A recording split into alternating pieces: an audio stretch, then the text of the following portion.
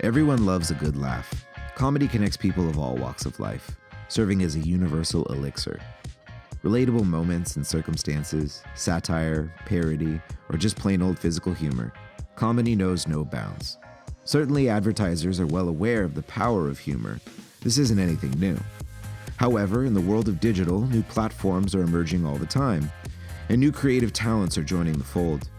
Above Average, a digital media company founded in 2012, is the digital platform for Lorne Michaels' production company, Broadway Video.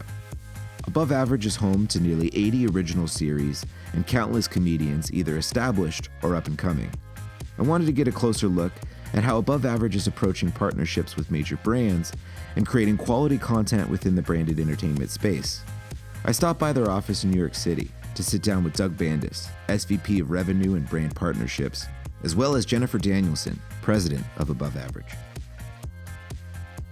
Comedy is a tool, and it's a tool that can be applied in a number of different ways. If you think about comedy, it can be applied to really any vertical that's out there. So whether it's a home improvement company, a travel company, an auto company, we can find a way to interject humor into whatever types of genres or verticals they're really wanting to go after. So it's a very malleable tool. It's a tool that could be put into place in a number of different ways.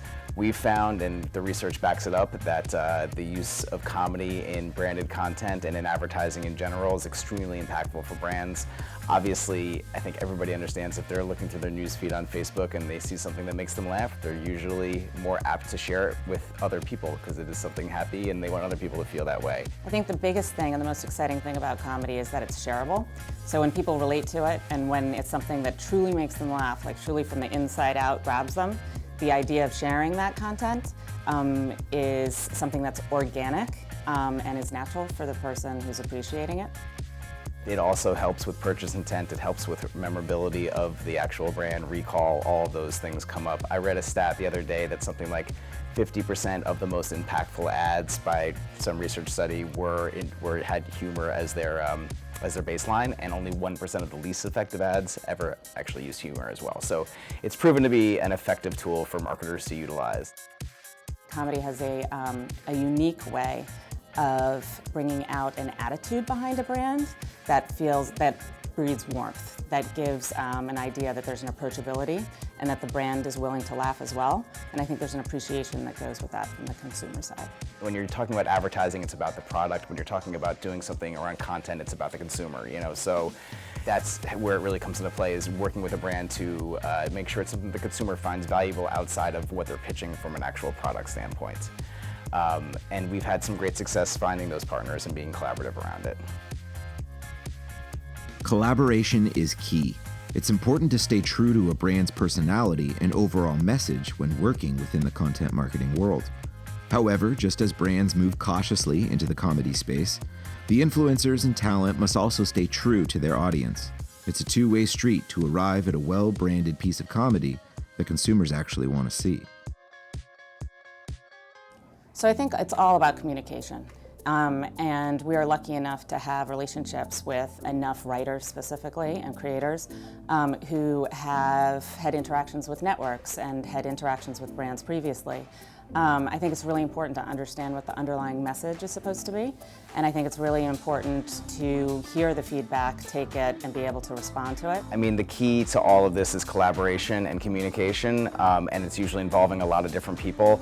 I think the best partners that we've had or the best projects that we've worked on have involved multiple agencies, the brand directly, and us. And it's really about staying in your lane, understanding that we can bring the comedians, we can bring the writing, and we can bring that aspect, making sure we're listening to the brand from what their key points are that they need to get out there from a messaging standpoint, but also taking a stand and reminding them what we talked about just previously, that content has to have a purpose that actually helps, makes a consumer feel like they're getting something out of the content, not just being pitched to.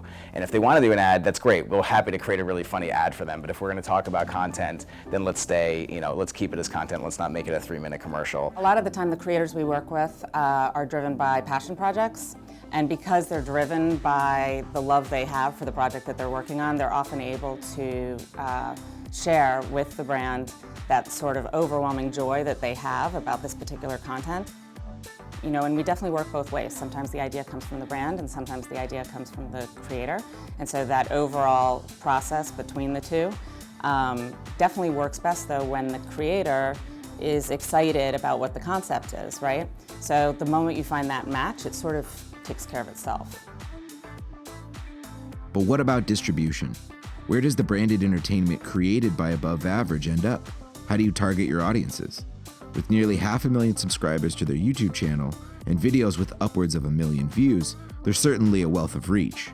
However, comedy is infectious, and humorous content has a habit of growing legs. A lot of deals that we do, actually, we are creating content for somebody else to distribute because maybe they don't want a comedy audience. We might be creating something in the travel space for a hotel brand and they want to put that comedy on travel sites, and we're not going to tell them not to do that. So it's, again, comes back to what we were talking about before around collaboration and communication. We don't, we love to activate things to our audience that we feel will have value to them, but we are also happy to make something for other platforms as well. I think one thing that I say a lot about Above Average that's very interesting is native to us doesn't really mean, it actually means that like our content travels, so native to us means that it's working anywhere that it goes. And it's not necessarily about pulling people back to the Above Average platform to make it work, unless it's that type of audience that they're looking for. I think where that changes a little bit for us is we do have a specific other site called The Kicker, which is sports comedy specifically, so that has a very defined audience. And it's about sports fans. The whole gist of that site is that it is for fans for fun, and it's from the fans' perspective. So if a brand is looking to align with fans of a specific sport, it definitely makes sense to at least have part of their distribution on that site. The Kicker, created in October 2015 in partnership with SNL head writer Brian Tucker, is a sports comedy brand with the tagline, "For fans, for fun." An industry so saturated with sponsorships and activations, and a demographic you could set your watch to, no sports fan is opposed to branded integration. It's practically a given.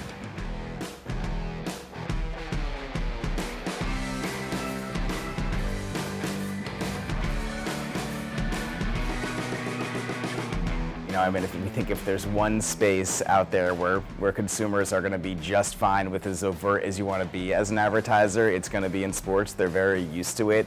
They're okay with being talked to by brands in that environment. And there's a lot of fun to be had depending on the sport and the brand you're working with that we can really do around fan and fandom and a certain sport. So it's an exciting platform. We love it, and brands have definitely gravitated towards that platform a lot. An effective outlet for brands looking to execute on messaging to sports fans, certainly. But let's look at some of the other brand integrations within Above Average content. We've done several executions that I've been very proud of. One of them is a series that we did with Vanessa Bayer called Sound Advice, and it originally aired on our channel. She played a character named Janessa. She interviewed bands with a whole slew of different types of bands. We brought Hyundai and we partnered with Hyundai on it for a whole year. Congratulations on your sponsorship from Hyundai. You're smart, you're successful, you're beautiful. What are you looking at? Boom! Swoosh. That's what damn it.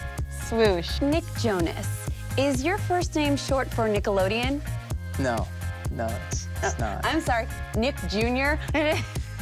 This is so bad. Sorry, I know that you don't swear, but I love to say